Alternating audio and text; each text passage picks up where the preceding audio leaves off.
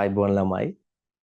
ඉතින් ඔන්න අද 2026 පළවෙනි දවස. එතකොට මේ වීඩියෝ එක පස්සේ කාලෙක බලන කෙනෙක්ට වුණත් ඉතින් ඔන්න අලුත් අවුරුද්දක පළවෙනි දවස තමයි මේ වීඩියෝ එක කරන්නේ. ඉතින් ඊටාම වැදගත් වීඩියෝ එකක් කතා කරනවා ඔයගලන්ට මූලික සටහන් පොත් කියන පාඩමේ. හරිද? මේක බොහොම කෙටි පාඩමක්. ඕගොල්ලන්ගේ මට්ටමේදී ඒ කියන්නේ සාමාන්‍ය පෙළ මට්ටමේදී ඕගලන්ට පුතේ මූලික සටහන් පොත් අපි 7ක් කතා කරනවා. එතකොට මෙන්න මේ 7 මොනවද කියලා තමයි අද දවසේ ඉගෙන ගන්න හදන්නේ. සාමාන්‍ය පෙළට කොමර්ස් විෂය ධාරාව යටතේ පාඩම් 20ක් තියෙනවා. ඒ 20න් තවත් එක පාඩමක් අද දවසේ මේ වීඩියෝ එකෙන් ඉවර වෙනවා. හරි. මේ මට පිටිපස්සේ තියෙන chart එකේ ඔයාලට තියෙන මූලික සටහන් පොත් කියන පාඩම සම්පූර්ණයෙන් ආවරණය වෙනවා. මේක accounting side එකේ වුණාට මේක ඔයගලන්ට පාඩම් කරන්න නැත්නම් theory කැටගරි එකට තමයි යන්නේ. හරි. මගේ මෙන්න මේ අත පැත්තේ මෙන්න මේ පළවෙනියටම තියෙන කොටුව දිහා බලන්නකෝ. ඒකේ තමයි තියෙන්නේ මූලික සටහන් පොත් කියන එකේ නිර්වචනය. එහෙනම් පුතේ විභාගෙදී ඇහුවොත් මූලික සටහන් පොතක් කියන්නේ මොකක්ද කියලා ඔයා ලියන්න ඕනේ මෙන්න මේ නිර්වචනය. අපි බලමු මොකක්ද කියලා. ගනුදෙනු ලෙජර් ගිණුම් වලට පෙර අනුපිළිවෙලින් පොදුවේ පිළිගත් ක්‍රමයකට සටහන් කරන මුල්ම පොත මෙනමින් හඳුන්වයි. මේ මූලික සටහන් පොත් වලට පුතේ දෛනික පොත් කියලාත් කියනවා. ඉස්සරම මේවා ජර්නල් කියලාත් හැඳින්වුවා. නමුත් දැන් අපි ඒක ජර්නල් කියලා පාවිච්චි කරන්නේ නැහැ. මොකද මේ කැටගරි එකේ මේකට අන්තර්ගත වෙනවා ජර්නල් කියලා කොටස. ඒක නිසා. හරි. එතකොට ගනුදෙනු කියන එක ඔයා දන්නවනේ. අපි කලින් වීඩියෝ එකත් කතා කරා මොකද්ද ගනුදෙනුව කියන්නේ කියලා. ඒවා මතක නැත්තම් මම ආයෙ කියන්නේ ඒවා ඒ වීඩියෝස් වල ගිහිල්ලා කවර් කරගන්න නැත්නම් අච්චු පොතෙන් පැහැදිලිව වෙන නිර්වචන තියෙනවා. එතකොට මේ ලෙජර් ගිණුම් කියන එක මම කියලා දෙන්නම්. මොකද පළවෙනි පාරට මේ අලුත් වීඩියෝ සීරීස් එකේදී මම එකම වචනය නැවත නැවත උගලන්ට කියන්නේ නැහැ. හරි? මේ ලෙජර් ගිණුම් කියන එක අද තමයි කතා කරන්නේ. පුතේ ලෙජර් ගිණුම් කියලා කියන්නේ අපි ගිණුම් කරන්නේදී පාවිච්චි කරන පොදුවේ පිළිගත් ආකෘතියක් තියෙනවා. අපි මේකට T ගිණුම් කියලා සරලව කියනවා. ඒ කියන්නේ ගිණුමක් කියන්නේ ගනුදෙනු පිටපත් කරන ආකෘතියක්. ගනුදෙනු පිටපත් කරන ආකෘතියක්. හරිද? එතකොට මේ ලෙජර් ගිණුම් වලට පෙර يعني කාටත් කලින් මොකක් හරි අනුපිළිවෙලක්. අනුපිළිවෙල කියන්නේ මේක අපි ගන්නේ දින පිළිවෙලටනේ. මාසේ පළවෙනිදා ඉඳන් 30 වෙනිදා වෙනකන් තියෙන අනුපිළිවෙලින් ඒ දිනවල් වලට තියෙන ගනුදෙනු මුලින්ම සටහන් කරන පොත අපි කියනවා මූලික සටහන් පොත. මූලිකවම නේද සටහන් කරන පොත. සරලයින්. ඔන්න එහෙනම් මට පිටිපස්සේ තියෙනවා මේ තියෙන මූලික සටහන් පොත් 7ක්. හැබැයි තව ඇඩ්වාන්ස් ලෙවල් යනකොට මේවා තව වැඩි වෙනවා. හරි. මේ වැඩි වෙනවා කියන එකේ අදහස වැරදියට වටහා ගන්න එපා. මේ වැඩි වෙනවා කියලා කියන්නේ මේක ඇතුළෙම තියෙන යම් පොත් නැවත තව කොටස් වලට බෙදිලා ප්‍රමාණය වැඩි වෙනවා. එහෙම නැතුව මේ 7ට දාන්න බැරි ගනුදෙනු කියලා දෙයක් නැහැ. හරි? රයිට්. අපි මුලින්ම බලමු මේ 7 මොකක්ද කියලා. සුළු මුදල් පොත, මුදල් පොත, බැංකු ගිණුම, ගැනුම් ජර්නලය, විකුණුම් ජර්නලය, පොදු ජර්නලය. ඔන්න 7. පුතේ සුළු මුදල් පොත කියන්නේ මොකද්ද? සුළු මුදල් වියදම් ගනුදෙනු සටහන් කරයි. සුළු කියන්නේ මේ ප්‍රමාණය විශාලද කියන්නේ මුදලේ වටිනාකම විශාලද කුඩාද කියන එක නෙමෙයි. ඒ ආයතනයේ සලකනවා නම් යම්කිසි වියදමක් මේක එච්චරම ප්‍රබල ගනුදෙනුවක් නොවේ කියලා ඒ වගේ ඒවා අපි දානවා සුළු මුදල් පොතට.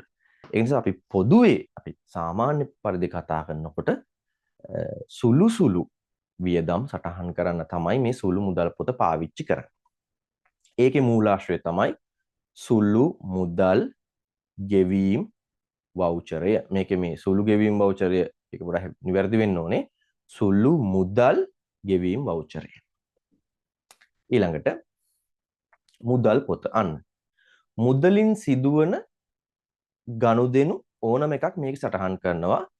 හරිද? හැබැයි දැන් අර කලින් සුළු සුළු වියදම් තිබ්බ ගනුදෙනු මේක ඇතුළට ආයෙ දාන්නේ නැහැ. මොකද ඒකේ ලියලා ඉවරනේ.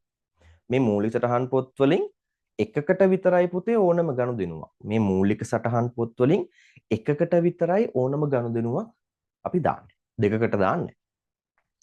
ඒතර මුදලින් සිද්ධ වෙන ඕනම එකක් මේකට දාන්න. බැංකු ගිණුම්. එහෙනම් බැංකුවෙන් සිදු නැත්නම් ජංගම ගිණුම්. මේ ජංගම ගිණුම් ගැන මම ඉස්සරහදී කතා කරනම් දැනට කියන්නම් චෙක්පත් ආශ්‍රිතව ගනුදෙනු කරන්න පුළුවන් ගිණුම් වලට අපි කියනවා ජංගම ගිණුම් කියලා. දැන් ජංගම ගිණුම් වලින් පමණක් සිද්ධ වෙන ගනුදෙනු අපි දාන්නේ බැංකු ගිණුමට. එහෙම නැතුව මේ අපේ ඉතුරු කිරීමේ ගිණුම් වලට දාන අරවද මේවද ඒවා අපි මේකට දාන්නේ චෙක්පත් ආශ්‍රිතව කරන ගනුදෙනු. එතකොට ඒකේ මූලාශ්‍ර මෙන්න මේ කිහිපයක් තියෙනවා පාඩම් කරගන්න. ගෙවීම් වවුචර, බැංකු ප්‍රකාශන, තැන්පතු කුයිතාන්සි, අගරු නිවේදන.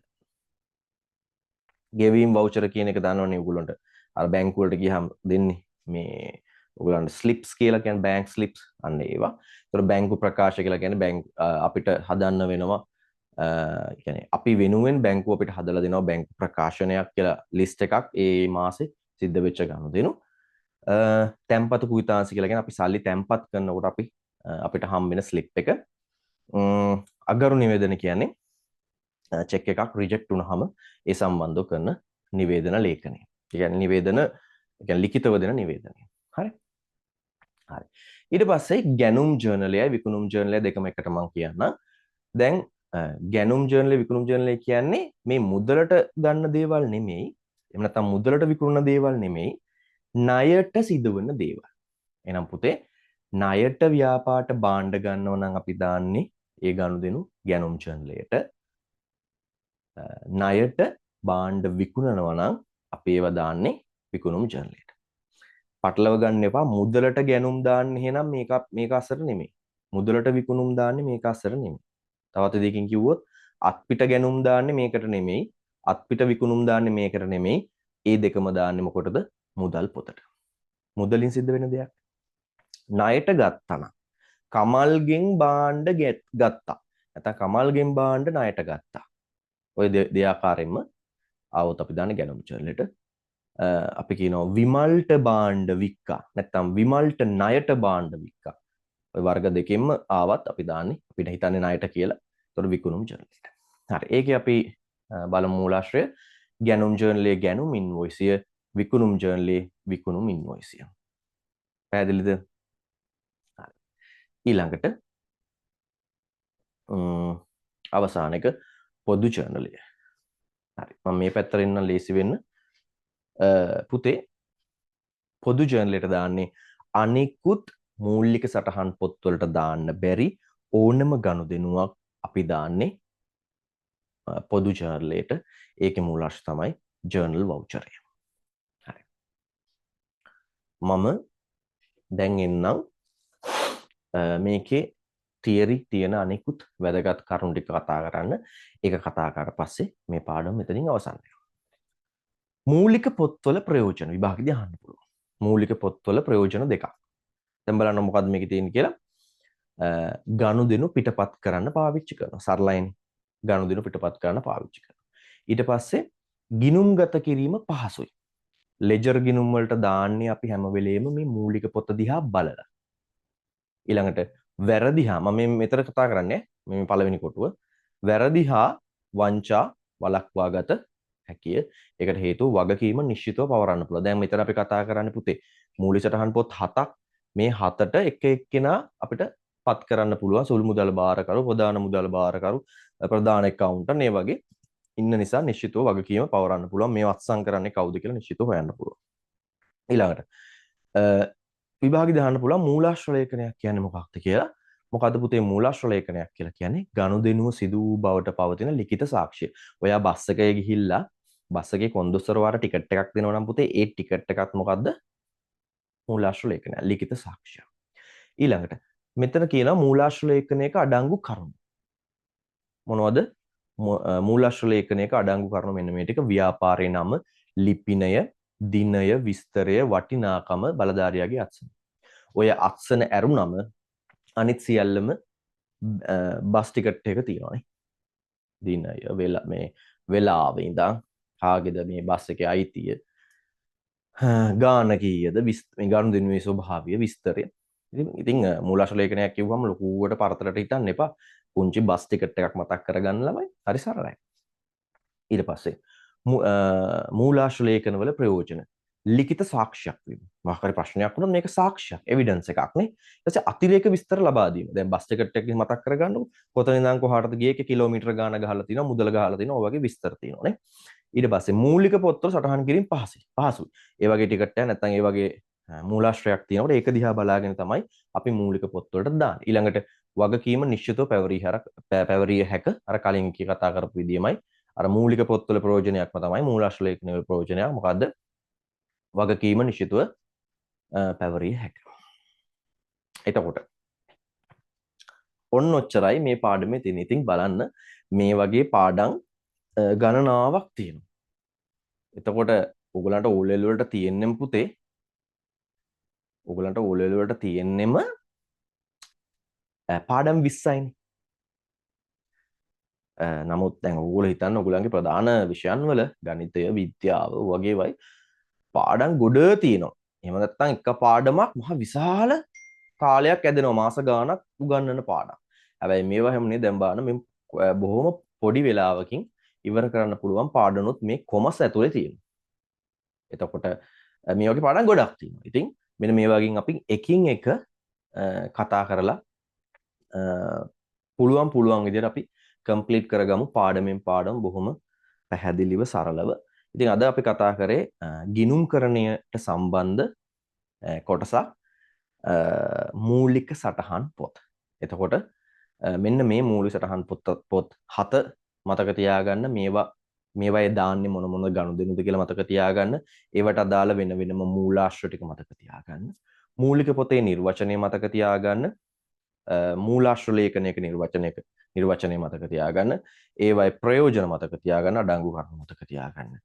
මෙතනින් මේ පාඩම සම්බන්ධ ඔයගොල්ලෝ ඒ දැනුම මේ වෙනකොට අරගෙන ඉවරයි. මේවා ඔයගොල්ලන්ගේ පොතට එකතු කරගන්න.